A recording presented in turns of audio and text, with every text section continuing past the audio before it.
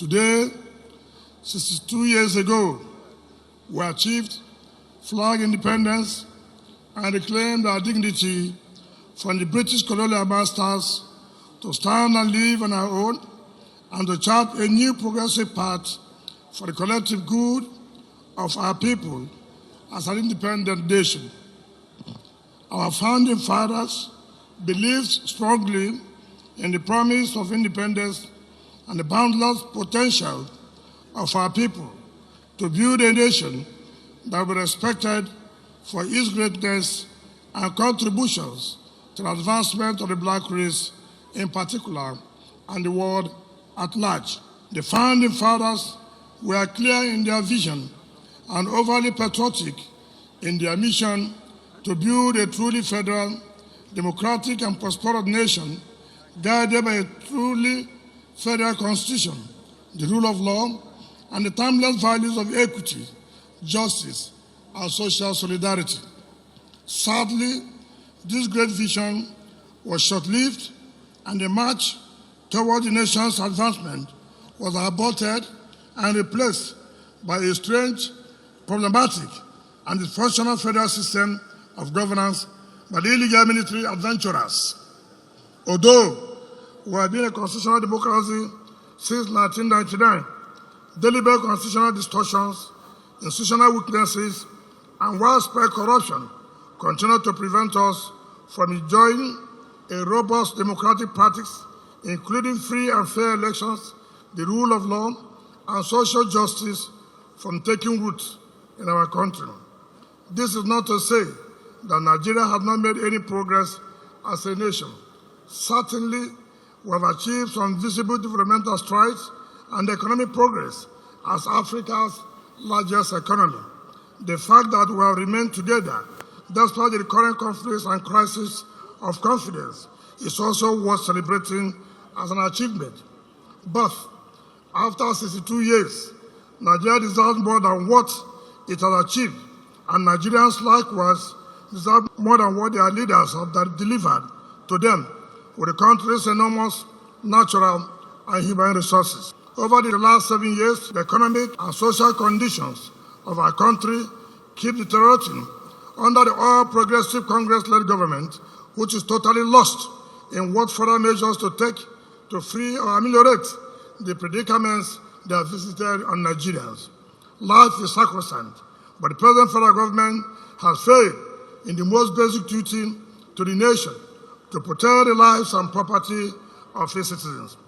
Under their watch, infrastructure across all sectors, including roads, education, and healthcare, has collapsed. Tertiary education has remained comatose for over 7 months, and with no employment opportunities, the federal government continues to toy with the future of the youth. Healthcare delivery is a nightmare across the country, with ordinary citizens unable to access necessary medical services. Crime and physical violence are almost out of control across the country. No one and nowhere, including schools, churches, and mosques, is safe anymore, as everyone now lives in fear, agony, and limitations. And with compulsive corruption, insecurity, low export earnings, protracted forex crisis, and economy so close to bankruptcy, the untold suffering and hopeless future among Nigerians will continue if something is not done to improve the quality of political leadership in our country. Nigeria's current economic, social, and security situation can rapidly be resolved with new leadership that is courageous, decisive, purposeful, and able to take the country in a new direction that will curb corruption, stop unsustainable debts, and drive economic growth to create jobs and prosperity for all citizens. At 62, our country and our people deserve access to sustainable economic opportunities, a friendly business environment, stable and affordable energy, gainful employment, quality and affordable healthcare and education across all levels, an effective public transport system, food security, and a better quality of life, not the hardship, sufferings, and the hopeless future of the present. We therefore need a government that cares about the unity of the country and the well-being of its citizens, a government that religiously commits to changing the present circumstances of the people and making life more meaningful for everyone. Interestingly, that is what we have been doing without holding back in the 11 years for our people here in Rivers State. We have provided road infrastructure in quality and quantity that are unmatched by any previous government since the creation of our state.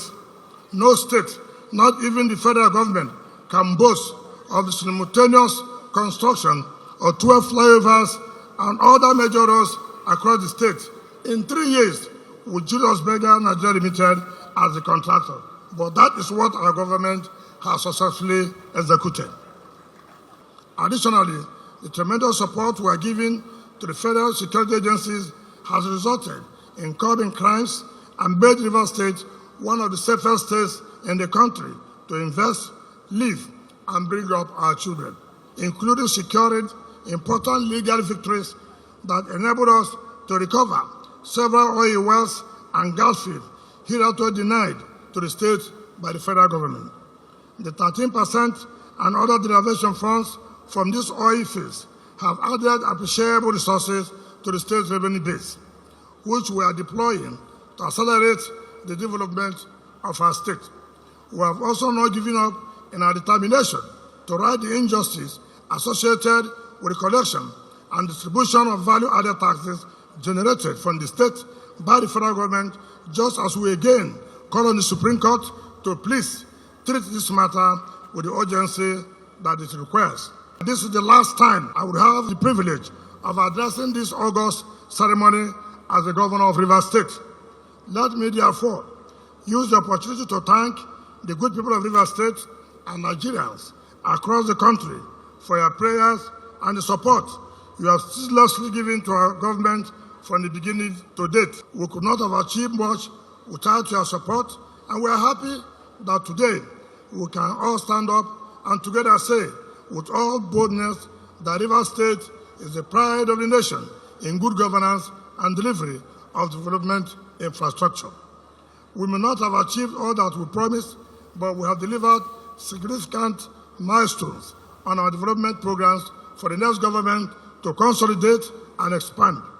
But before then, be assured that we shall continue to work and deliver development projects to all parts of the state until our last day in office, when our mandate will expire.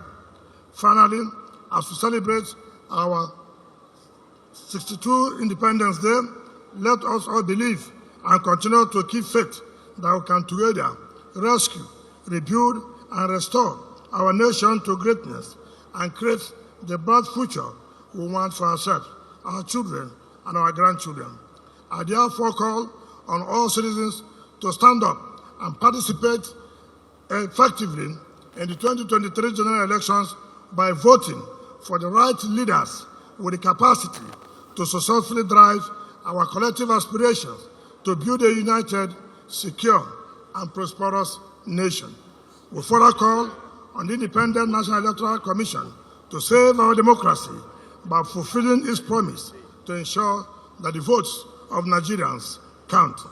Thank you for your kind attention as I wish you all Nigerians a happy 62 Independence Day. May God bless our nation, Nigeria.